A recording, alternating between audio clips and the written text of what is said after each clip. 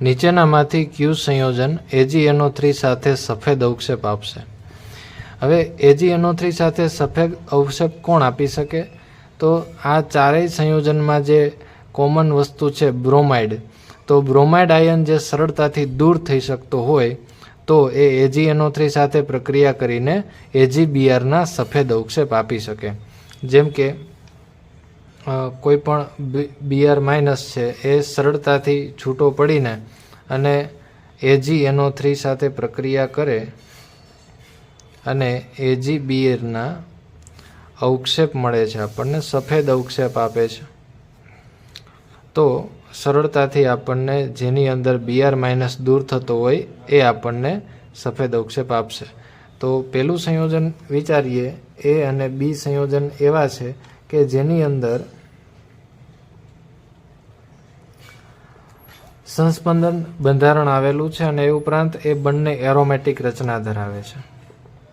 Aromatic, તો aromatic રચના ધરાવતા હોવાથી એ સરળતાથી Br- છે એ દૂર કરશે નહીં.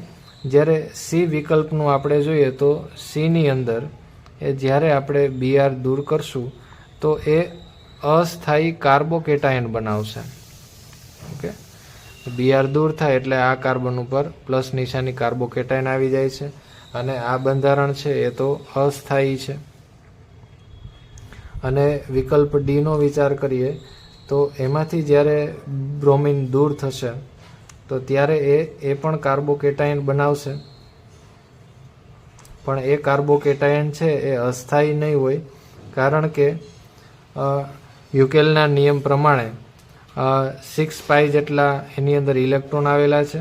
તો 6π જેટલા ઇલેક્ટ્રોન હોય, ચક્રીય બંધારણ હોય, સમતલીય રચના હોય અને એ ઉપરાંત કોન્જ્યુગેશન શરૂ થઈ જાય છે. જુઓ અહીંયા ડી વિકલ્પની અંદર જ્યાં સુધી બ્રોમિન છે ત્યાં સુધી આ એરોમેટિક નથી કહી શકાતું, કારણ કે એમાં કોન્જ્યુગેશન રચના નથી, એટલે કે એકાંતરે દ્વિબંધ પ્લસ ચાર્જ કે માઇનસ ચાર્જ એ અહીંયા નથી. અહીંયા ડાયરેક્ટ બંને સિંગલ બોન્ડ બાજુમાં છે.